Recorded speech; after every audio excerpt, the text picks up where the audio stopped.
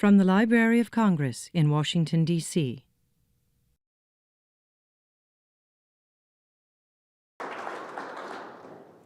Thank you, Charles. It's a pleasure to be with you. Back when I began to study history, which is getting to be too long ago to mention, it was fair to say that Madison was understudied. And it would still, of course, be fair to say that he is woefully neglected and unknown among the general public. The sort of thundering inattention across the country to this 250th birthday celebration is really only the latest indication. But through the last few decades, scholars at least have repaired that earlier neglect. So that currently, from those who do remember the founding well, Madison gets credit in abundance, credit on occasion that would doubtless have made him blush. Scholars almost universally acknowledge that the great Virginian was so central at so many points in the creation of the Federal Republic that it's really impossible to understand that process except partly through his eyes. He led the nation's largest state, which led the others, in the assembling of a constitutional convention, took the largest part in framing and defending the reform, prepared the Bill of Rights, and joined with Jefferson to organize the nation's oldest party. He now appears so central that he's been called the Founding Father. And it's not at all uncommon to encounter references to the Madisonian system or the Madisonian Constitution that governs us today. Although Madison himself was quick to protest any such extravagant claim. Nevertheless, it seems to me that although many of the finest scholars of our time have labored to improve our understanding, it may still be true that even in the mammoth corpus of the scholarship on Madison from the last 50 years,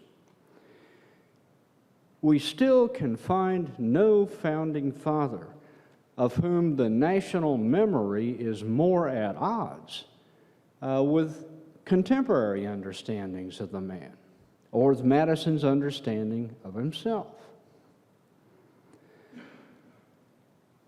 Drew McCoy, one of the most profound and eloquent of modern students of the founding, who you'll hear this afternoon, has written brilliantly and may say something today about the huge disparities between our modern mental images of Madison as a man or Madison as President of the United States and the impressions and collective judgments of the people of his own time. Moderns, even many scholars of the founding, sort of imagine Madison in shades of gray and black. Shy, diminutive, sometimes sickly pedant who was really more suited to a college than to Congress. You know, working quietly and bookishly behind the scenes. And impressions of the course of his political career are nearly as unflattering as impressions of his stature. Scholars do generously credit his enormous contributions between 1787 and 1789.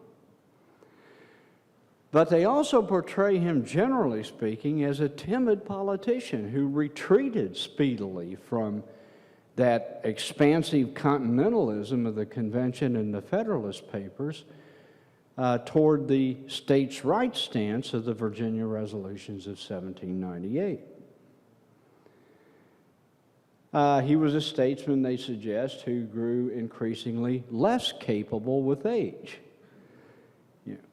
So that the foremost framer of the Constitution and the victor over Patrick Henry in the Virginia Ratifying Convention lives to be the fumbling president who stumbled into war and then fled into Virginia while the British burned the White House. Well, contemporary judgments were different indeed. John Adams, who was certainly no admirer, said to Jefferson at the end of the War of 1812 that Madison's administration had acquired more glory and established more union than all of his three predecessors, Washington, Adams, and Jefferson, put together.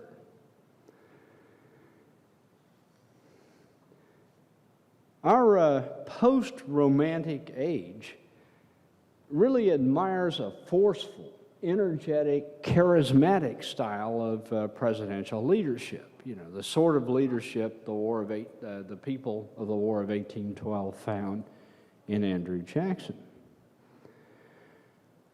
But when Madison retired from politics in 1817, many thought that as a wartime president and as a man, Madison had exemplified the character required of a Republican statesman in a manner that no one but Washington had ever exceeded.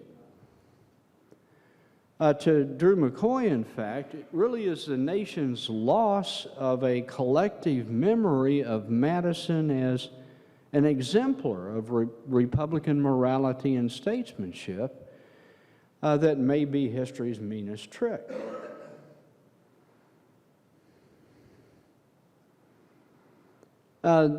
That sort of failure of recollection could probably be traced to Jefferson's own time. Character was something of an issue even then.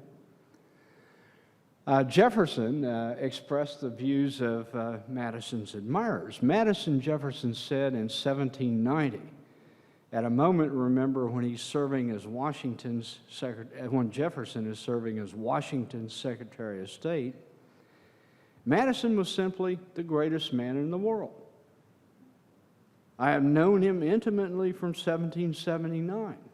Jefferson repeated in 1812, and from 30 years' trial, I can say conscientiously that I do not know in the world a man of purer integrity, more dispassionate, disinterested, and devoted to republicanism, nor could I, in the whole scope of America and Europe, point out an abler head.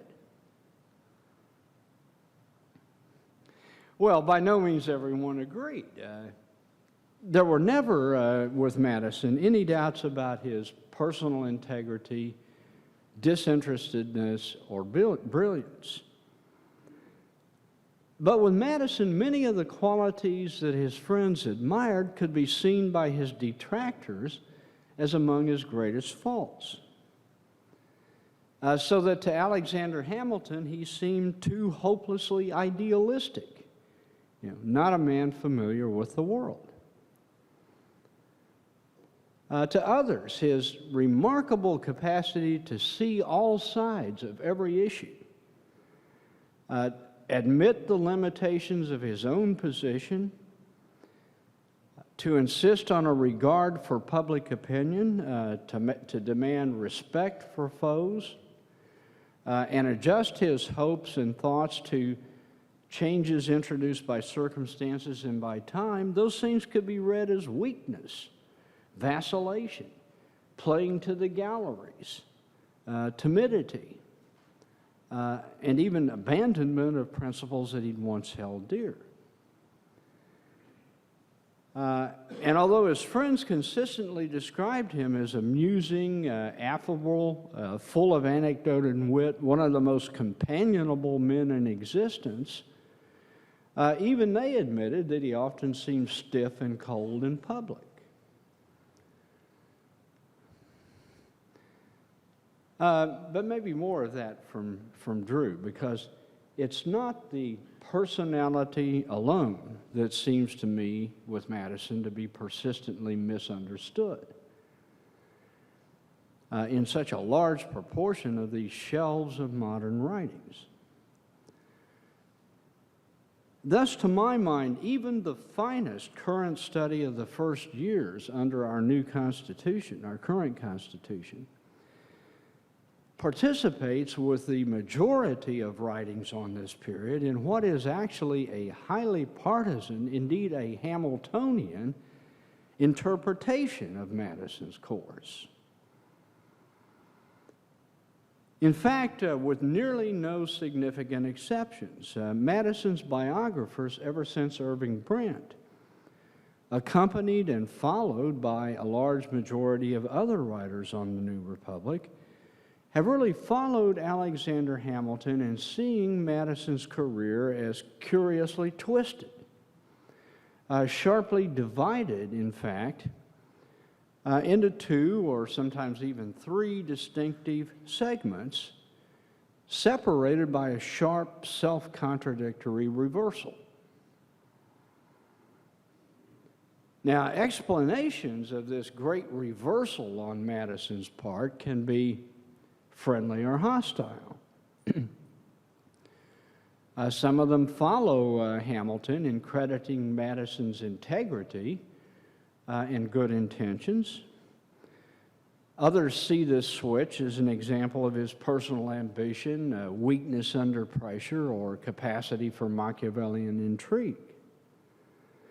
But there, in any case, it is, within 3 years, between 1789 and 1792, the scholars say, this leader of the Federalists of 1788, the nationalist who hewed the way to constitutional reform and argued that extension of the sphere of the Republic was essential to control majority oppression, had transmogrified himself into an advocate for states' rights and was joining with Thomas Jefferson in an attempt to forge a party that would act, as they conceived it, as an instrument of democratic choice and popular opinion.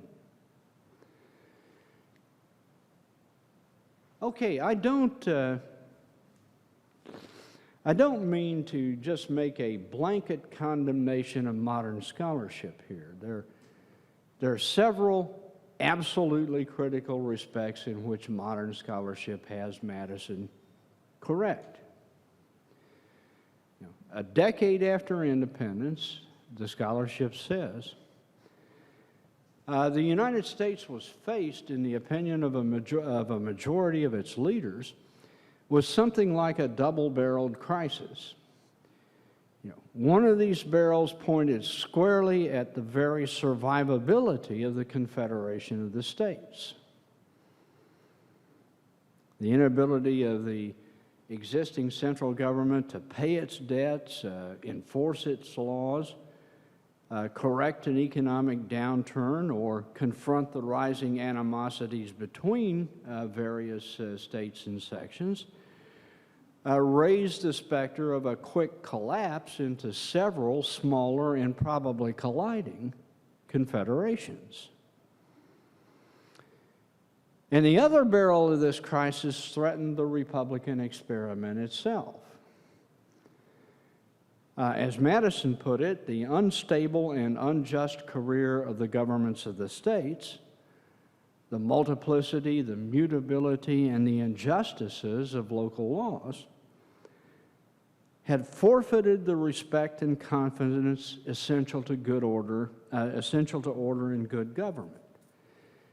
Those least partial to popular government or most distrustful of its efficacy were yielding to anticipations that from an increase of the confusion, a government might result more congenial to their taste or opinions. Whilst those most devoted to the principles and forms of republics were alarmed for the cause of liberty itself, at stake in the American experiment.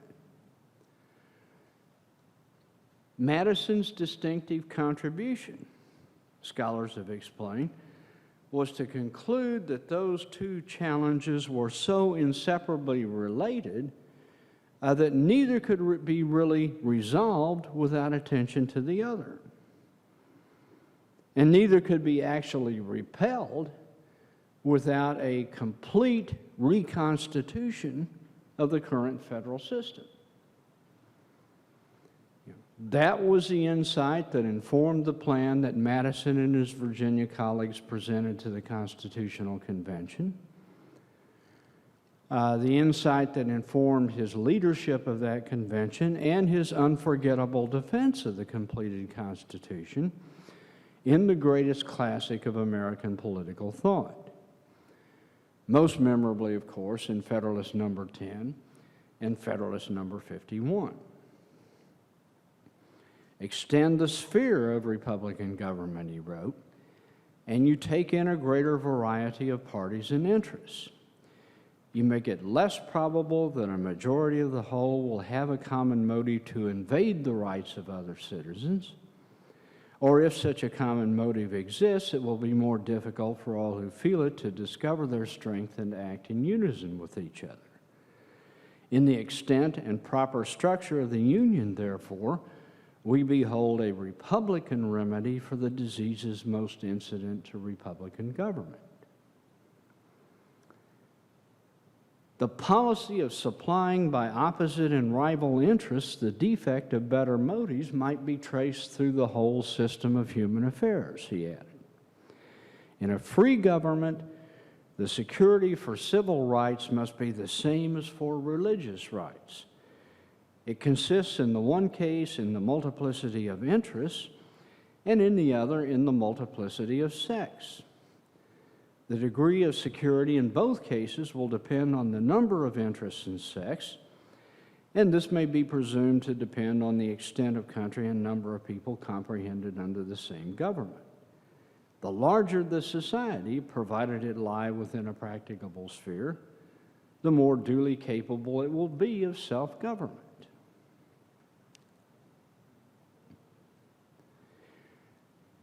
Here, though, is the rub.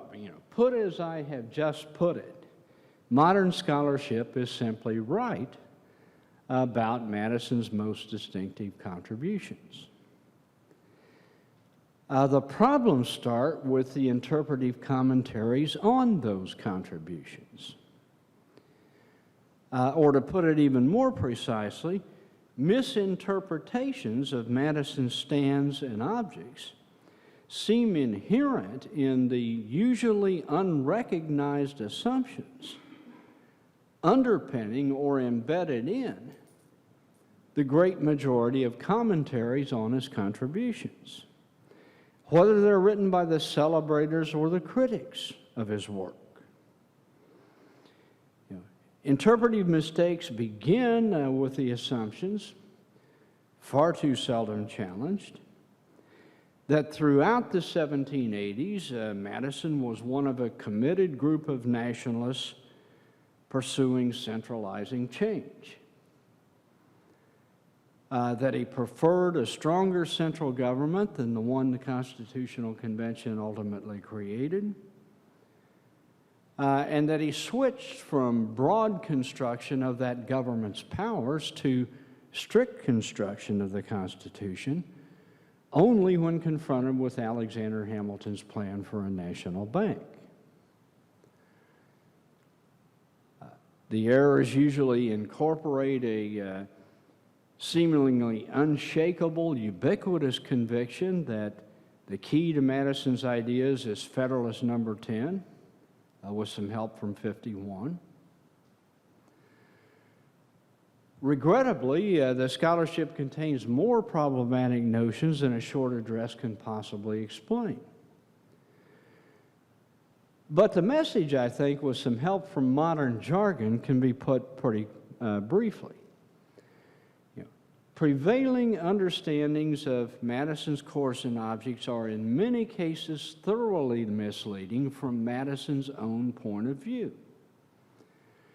The spin that all sides put on his ideas creates a figure who is really less James Madison than a construction of our own interpretive conventions and our own political concerns. And that, of course, does not mean just that the scholarship has not done justice to the man. It means that the impressions left by much of even the most brilliant secondary work really stands squarely in the way of anything that Madison might teach us.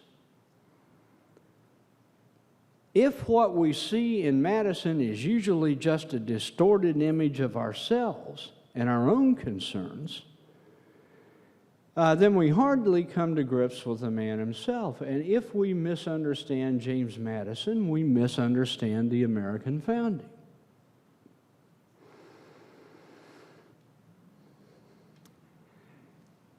Now, I can't in just a few minutes present a full, compelling case for many of these points. That's part of the object of my book. And brevity may even force me to be harsher on some work I admire than I would be if I had more time. But nevertheless, a summary of some leading points of a rebuttal of dominant scholarly impressions is necessary, I think, if we're ever going to correct that focus. And I do that in this way. Among political theorists, as far as this historian can tell, the great foundation for attempts to come to grips with Madison is still the work of Martin Diamond. Crudely speaking, Diamond's interpretation of Madison can be captured in a phrase. And it's a phrase that I've literally heard repeated as a kind of mantra in meetings that bring historians and theorists together. Madison's whole scheme, Diamond wrote, essentially comes down to this: the struggle of classes is to be replaced by a struggle of interests, a safe, even energizing struggle which is compatible with or even promotes the safety and stability of society. In a large commercial society, the interests of the many can be fragmented into relatively small groups, seeking small immediate advantages. The mass will not unite as a mass to make extreme demands upon the few. As Diamond saw it, Madison's solution to the classic riddle of constructing a regime that could combine majority control with safety for the liberties and property of all was the idea of multiplying interests in a large commercial republic. Now, you can put different spins on this understanding. For Richard Diamond, Jennifer Nadelsky, and a host of more senior people, Madison's preoccupation with the threat to propertied minorities that will inevitably be posed by popular majorities composed of people with little property or none. Madison's deliberate decision to protect the rights of property by countless checks and balances on the majority's desires betrayed the democratic promise of the Revolution and grounded the United States on a constitution that results in rule by an elite or governmental gridlock. That was certainly not the spin that Diamond put on his reading. To him, Madison's famous argument for an enlargement of the sphere, which would make it more difficult for popular majorities to form, did not identify him as a poorer Democrat than others, simply as a wiser one. Because it's foolish to deny that a majority may take advantage of minorities if not restrained, and because most human beings would surely, much like Madison, prefer the majority's reasoned judgment to its immediate passionate desires. For Diamond, though, as clearly as for others, Madison's solution did identify him plainly as a modern liberal.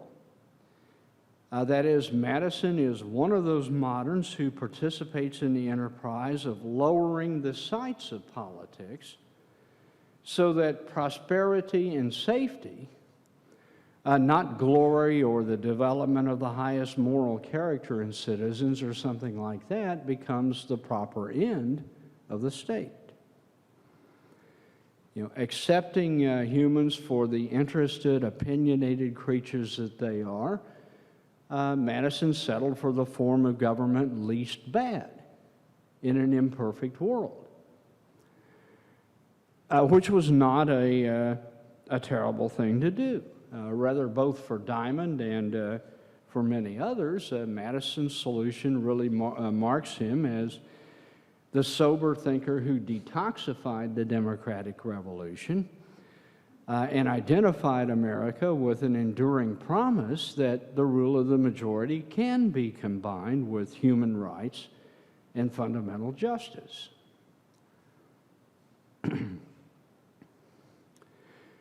Still, Diamond, bless his memory, was just about as wrong about the founder as the scholars who put a very different spin on Diamond's sort of interpretation.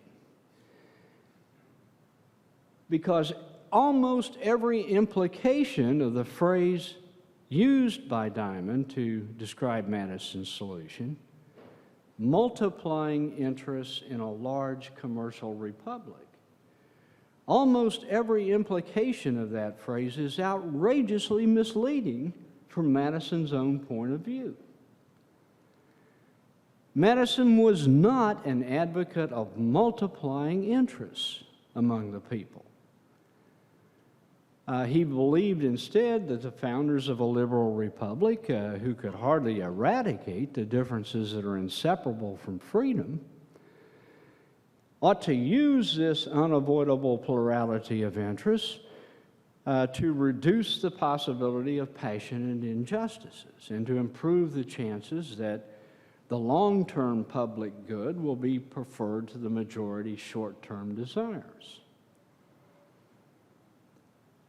Similarly, and I'll be as outrageous as I can here, Madison was just not, in fact, an advocate of large republics. James Madison advocated a large compound republic. That is, a sort of government that would blend national authority with a considerable reserve of powers that would not be shifted to the federal sphere. And when Madison's commitment to a genuinely federal as opposed to a national republic is fitted back into the picture, then nearly every aspect of his thinking begins to look a little different. Moreover, Madison was never a proponent of a large commercial republic. The ordinary connotations of that word commercial stand Madison precisely on his head, suggesting that he was on the opposite side than he was really on of a contemporary argument that split him from the likes of Hamilton through his whole career. What Diamond really did, and it's been repeated by a host of later scholars, was to misinterpret Madison's most famous essay, Federalist No. 10, and then horse the rest of Madison into the framework that created. Well, Madison assumes a different shape when Federalist 10 is studied in the light of all the other essays in the series and all the other acts and words surrounding its preparation. If I had to get across just one point, that point would be Federalist 10 is just not the key to James Madison's founding vision, and it's extraordinarily regrettable that one piece is often all that moderns read of Madison's many writings. That essay is Madison's commentary on the advantages of an enlarged republic for controlling majority faction, which is one and only one of the many problems that the champions of an elective government have to solve.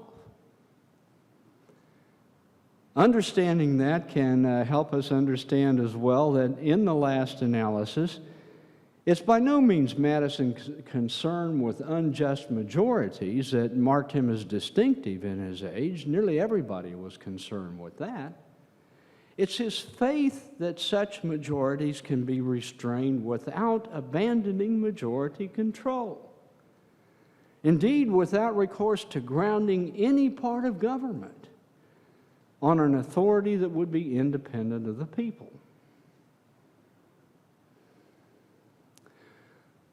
But Diamond was by no means singular in his excessive fascination with that single essay, and I don't mean to condemn political theorists alone. Historians, from Charles Beard to Gordon Wood, have almost always been more interested in Madison's and other Federalists' alarm about conditions in the states, about the dangers apprehended by the few in states directed by the many. Almost always more interested in that than they have been in the pervasive fear among Americans of the 1780s that the Union was in danger of collapse. Thus, Wood insists that the decision to abandon the Articles of Confederation in favor of a constitutional reform that would have been unimaginable a few years earlier cannot be explained in terms of the federal problem alone. It has to be explained in terms of the Federalist determination to restrain popular democracy and to move the power to make decisions from the upstart demagogues who ran the states to men more like themselves at the federal level. Well, sometimes, damn it, a political problem is exactly that, political. It's not a reflection of vast underlying social changes and huge conflicts between classes and that kind of thing. This much at least is certain. Madison was undeniably concerned about conditions in the states, and he did undoubtedly intend to rectify those problems. But James Madison specifically contested Wood's contention that the problems of the Union might have been solved without a thoroughgoing reconstruction of the federal system.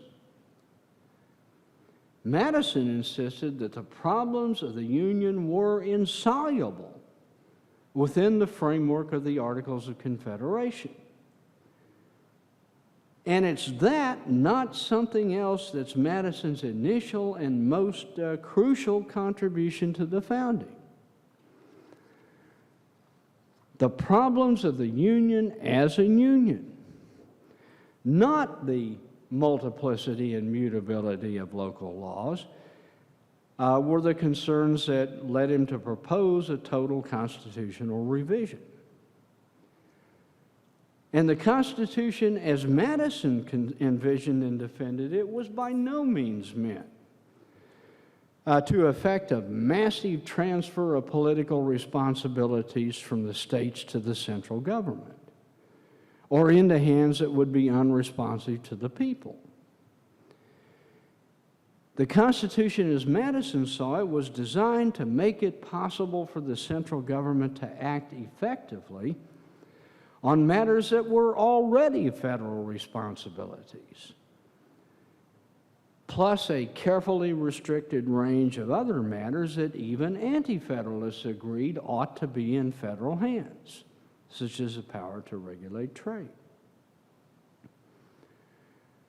Some Federalists in 1787-88 did want to shift as much authority as possible into to central hands, and even to the branches of the central government that would be least responsive to the people. And those were exactly the Federalists that Madison opposed in the years after 1789.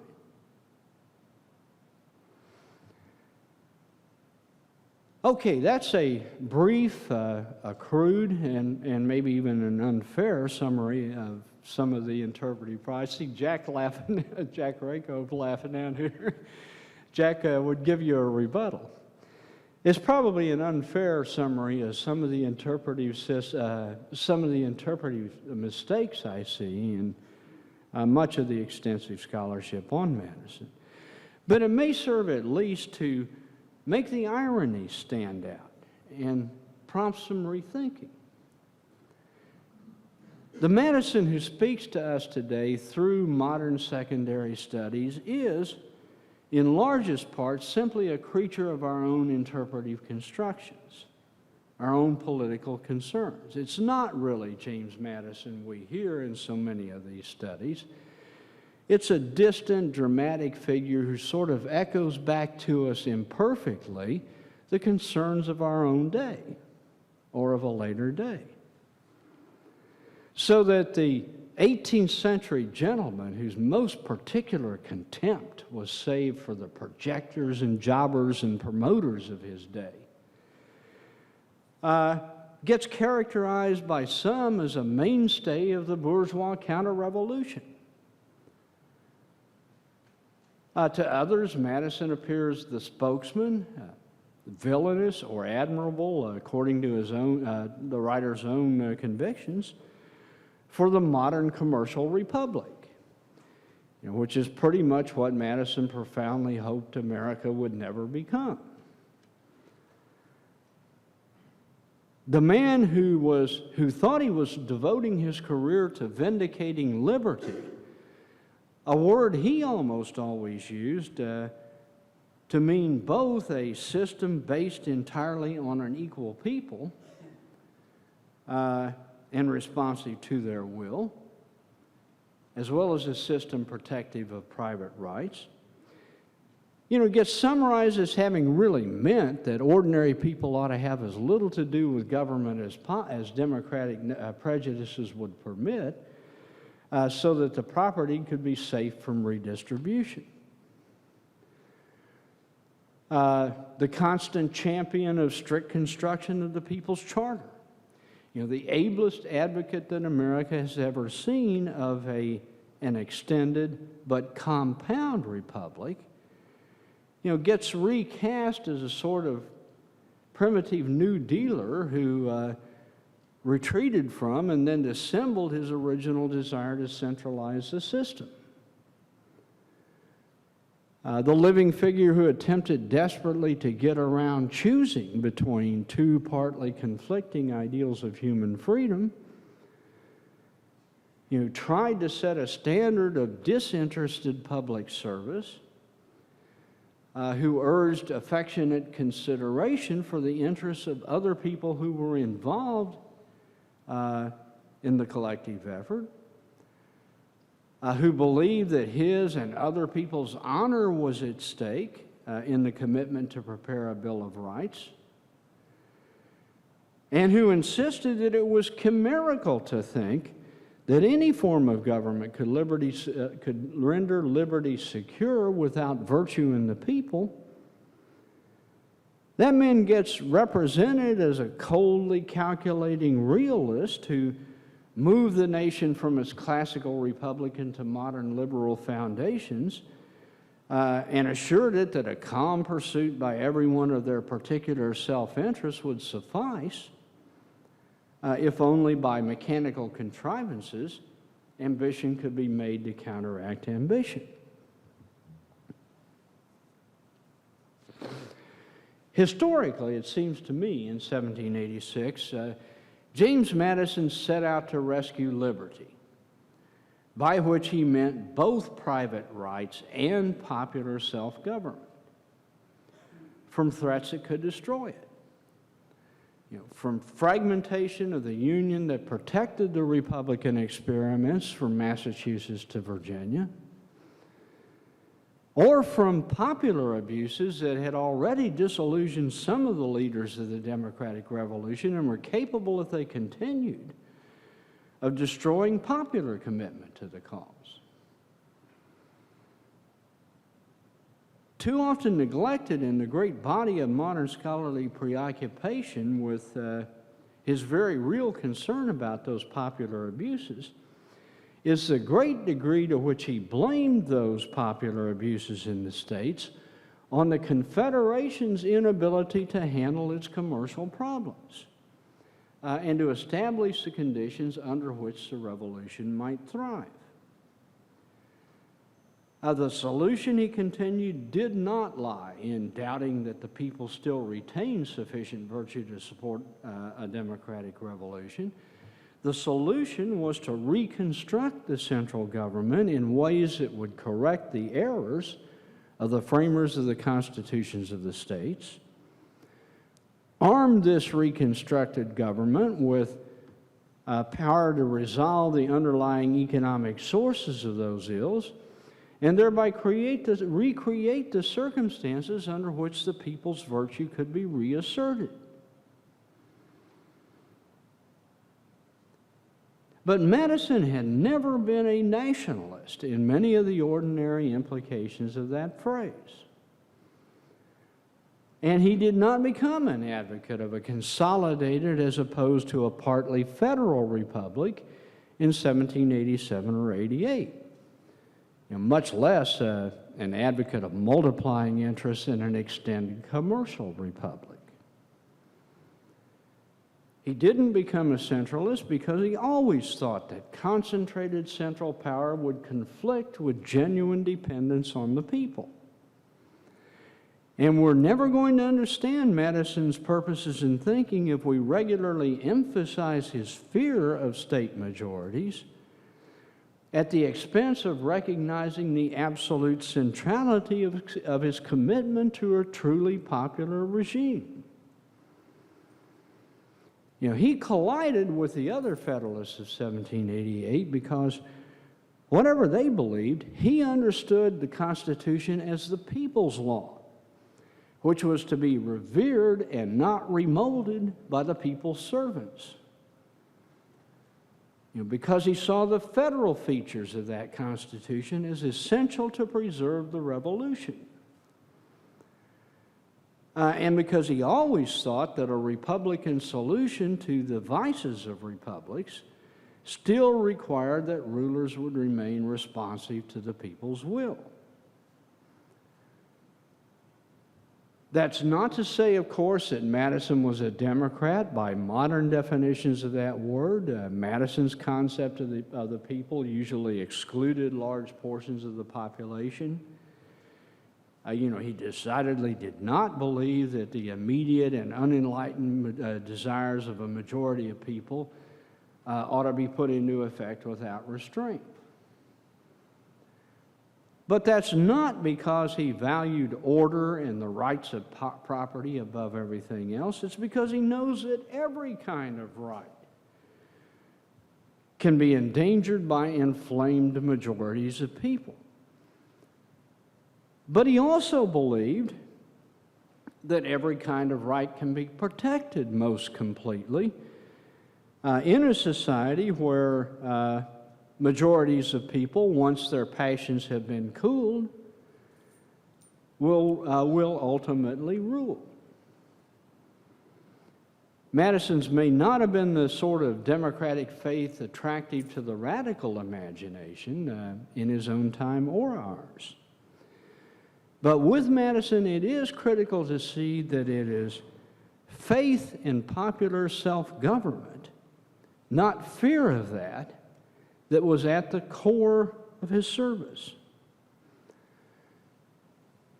The 20th century really has either blamed Madison for his fears of majorities or praised him for the realistic wisdom that insisted on restraining the majority's demands.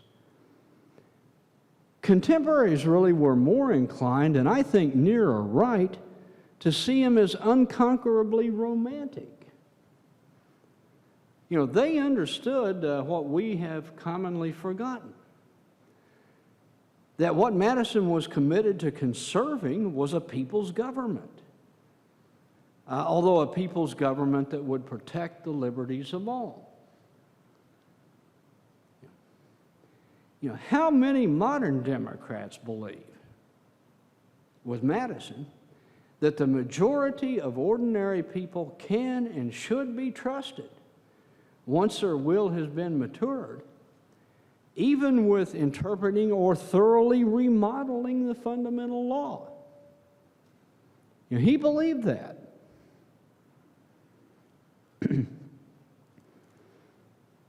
How many modern Democrats believe that fundamental liberties of both the private and the public sort are ultimately safer with the people than they are with an elite of federal officers and judges?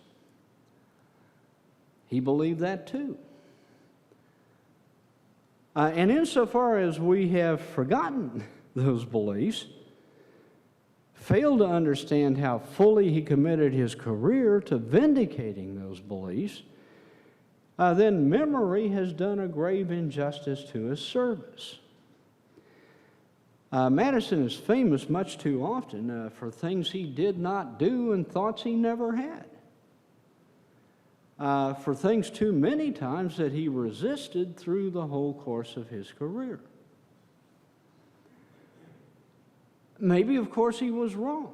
You know, neither Madison nor anybody else would have wanted us to treat their writings or their Constitution as sacred, unalterable text.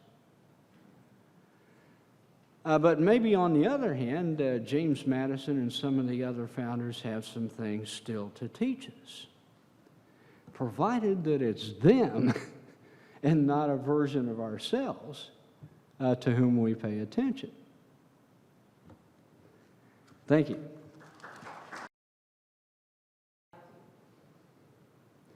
Just very briefly, I mean, Madison just clearly shared the pretty general belief among that generation that slavery, was not only a crime, but a crime that had saddled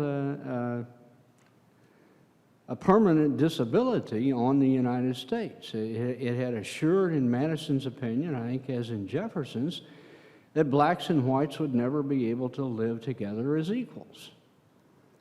That the memory on the part of the blacks of the injustices done to them, the race prejudices and so on the part of the whites, would forever foreclose that possibility.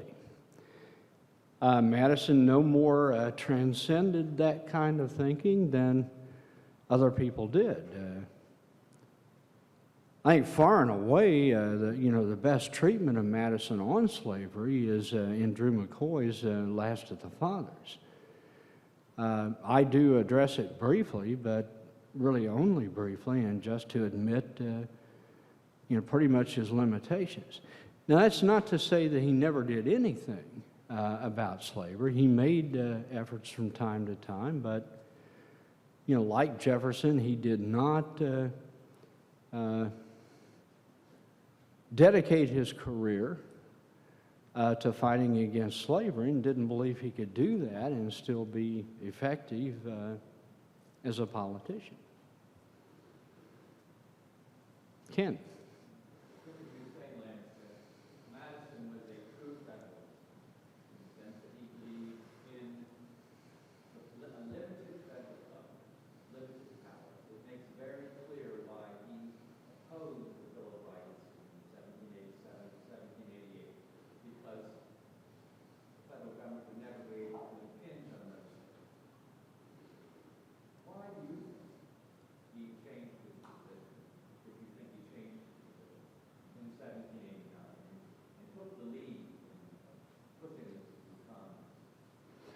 Well, there are a number of reasons for that, but to me, one of the most interesting of those, the one that I find in some ways most revealing of Madison's character is that, as Madison told Congress in introducing the bill, maybe we shouldn't be so sure that we're right, that a Bill of Rights is not needed, when so many of our able countrymen say we're wrong. Maybe we ought to step back and consider that, maybe they're right, and maybe if we do this Bill of Rights the right way, so as to avoid some of the very real dangers that are inherent in trying to do a written Bill of Rights, if we can avoid that with things like the 9th and 10th Amendments and that kind of thing, maybe we really can provide some additional protection for the most fundamental liberties, without endangering what we've accomplished with ratification of the Constitution. Now, that's not the whole of it, but I really think for Madison that's a big part of it. When he sets out to put through a Bill of Rights,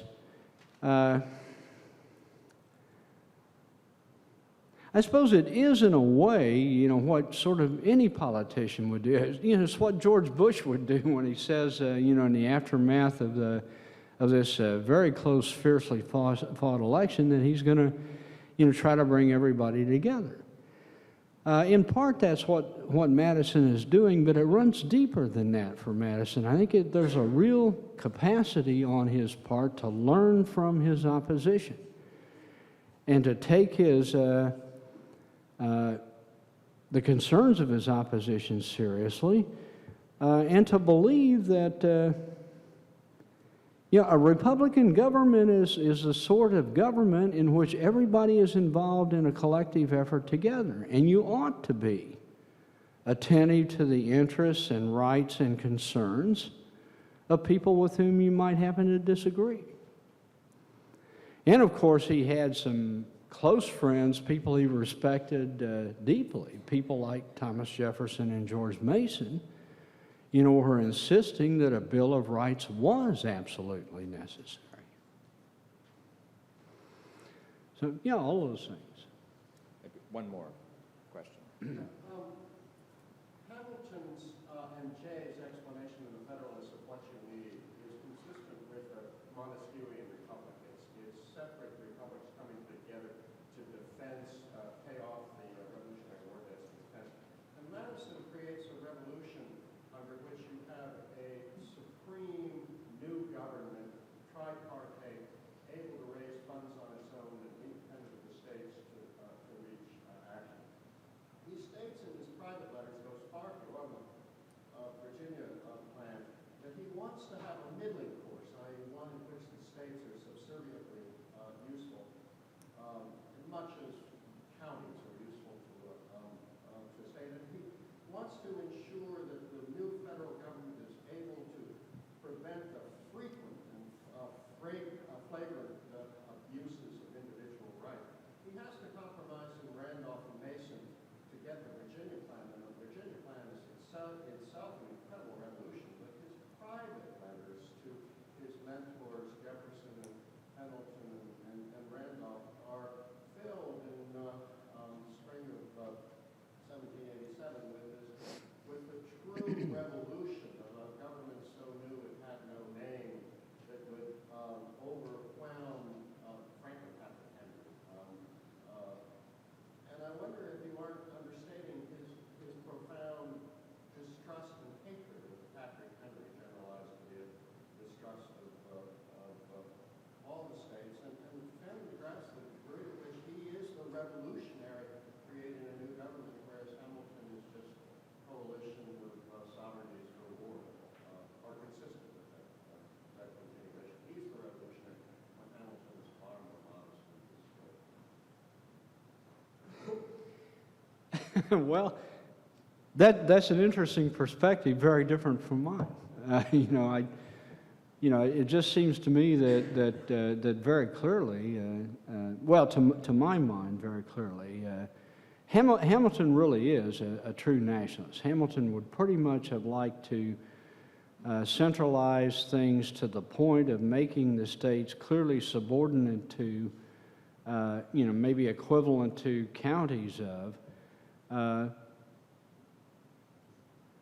a large republic. Hamilton's model, really is England and an English system. I don't think that's ever true of Madison. And certainly true in 1787 that he wants to render the states subordinate on matters that ought to be in federal hands.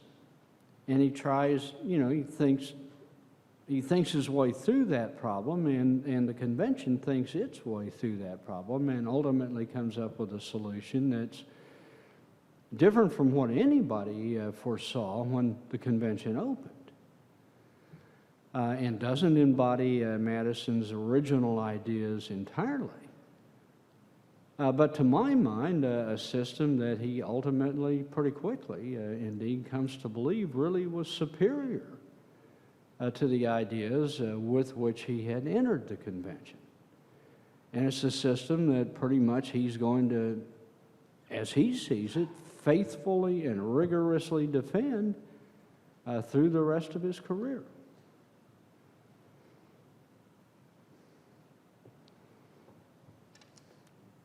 Thank you again. Let us have about a 5-minute break and then we'll reconvene. Thank you. Thank you. I'm sorry. This has been a presentation of the Library of Congress. Visit us at loc.gov.